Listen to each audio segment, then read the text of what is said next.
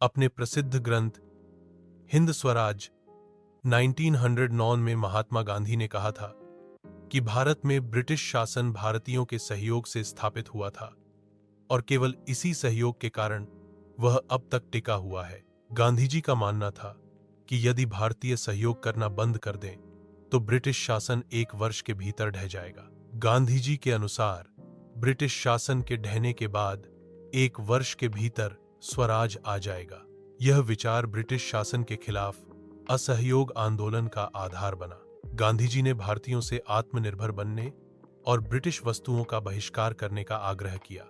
इस विचार ने भारत के स्वतंत्रता संग्राम को एक नई दिशा दी। 1920 की गर्मियों के दौरान महात्मा गांधी और शौकत अली ने व्यापक दौरे किए और आंदोलन के लिए जनसमर्थन जुटाया। कांग्रेस के भीतर कई लोग असहयोग आंदोलन के प्रस्ताव को लेकर चिंतित थे। वे नवंबर 1920 में होने वाले काउंसिल चुनावों के बहिष्कार को लेकर हिचकिचा रहे थे और उन्हें डर था कि आंदोलन से जनहिंसा भड़क सकती है। अंततः दिसंबर 1920 में नागपुर अधिवेशन में एक समझौता किया गया और असहयोग कार्यक्रम को अपनाया गया। असहयोग खिलाफत आंदोलन जनवरी 1921 में शुरू हुआ।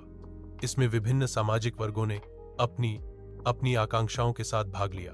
गांधी जी और कांग्रेस के नेताओं ने असहयोग आंदोलन के माध्यम से स्वराज की प्राप्ति का लक्ष्य रखा। असहयोग आंदोलन शहरों में मध्यम वर्ग की भागीदारी से शुरू हुआ। विद्यार्थियों ने स्कूल और कॉलेज छोड़ दिए, शिक्षकों ने त्यागपत्र दे दिया, वकीलों ने अपनी वकालत छोड़ दी।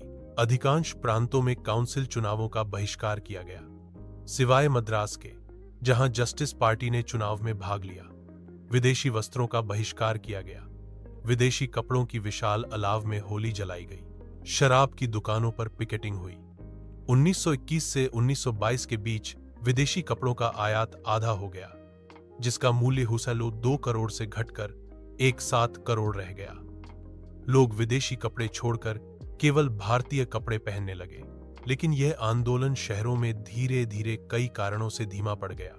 खादी कपड़ा अक्सर मशीन से बने मिल के कपड़े से महंगा होता था और गरीब लोग इसे लंबे समय तक खरीद नहीं सकते थे। वैकल्पिक भारतीय संस्थानों की स्थापना में देरी के कारण छात्र सरकारी स्कूलों में लौटने लगे, शिक्षक वापस सरकारी स्कूलों में जाने लगे, वकील फिर से सरकारी अदालतों में काम करने लगे। जवाहरलाल नेहरू ने अवध के गांवों का दौरा किया और ग्रामीणों की शिकायतों को समझा। किसानों की समस्याओं को हल करने के लिए अवध किसान सभा का गठन किया गया, जिसकी अध्यक्षता जवाहरलाल नेहरू, बाबा रामचंद्र और कुछ अन्य नेताओं ने की।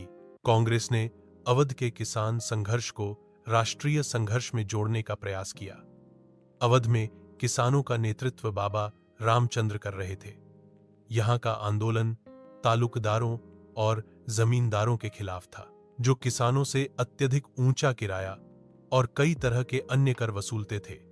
किसानों से बेगार बिना मजदूरी का श्रम कराया जाता था और उन्हें जमींदारों के खेतों में बिना भुगतान के काम करना पड़ता था। आंध्र प्रदेश की गुडेम पहाड़ियों में 1920 के दशक की शुरुआत में एक सशस्त्र गुरिल्ला आंदोलन फैल गया। यह संघर्ष का वह तरीका था जिसे कांग्रेस स्वीकार नहीं कर सकती थी। औपनिवेशिक सरकार ने यहाँ के बड़े जंगल क्षेत्रों को बंद कर दिया था, जिससे लोग जंगलों में मवेशी चराने, ईंधन, लकड़ी और फल इकट्ठा करने नहीं जा पाते थे। अल्लूरी सीताराम राजू ने इस आंदोलन का नेतृत्व किया।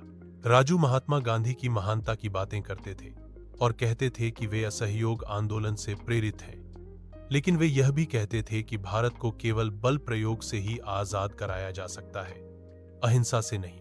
गुडेम विद्रोहियों ने पुलिस थानों पर हमला किया, ब्रिटिश अधिकारियों की हत्या का प्रयास किया और स्वराज पाने के लिए गुरिल्ला युद्ध जारी रखा। असम के बागान मजदूरों के लिए स्वतंत्रता का अर्थ था बंदी जैसी जिंदगी से बाहर निकलने की आजादी और अपने गांवों से जुड़े रहने का अधिकार। 1859 के इनलैंड एमिग्रेशन एक्ट के तहत बागान मजदूरों को बिना अनुमति चाय बागानों से बाहर जाने की अनुमति नहीं थी और वास्तव में उन्हें शायद ही कभी अनुमति मिलती थी।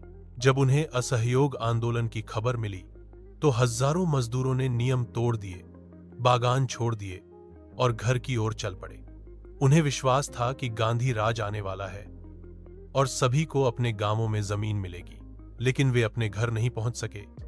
रास्ते में रेल और स्टीमर हड़ताल के कारण फंस गए। पुलिस ने उन्हें पकड़ लिया और बेरहमी से पीटा। फरवरी 1922 में महात्मा गांधी ने असहयोग आंदोलन वापस लेने का निर्णय लिया। उनका मानना था कि कई जगहों पर आंदोलन हिंसक हो रहा है और सत्याग्रहियों को बड़े संघर्ष के लिए ठीक से प्रशिक्षित करने की आवश्यकता है। इस घटना ने स्वतंत्रता के संघर्ष में अहिंसा के महत्व को दिखाया।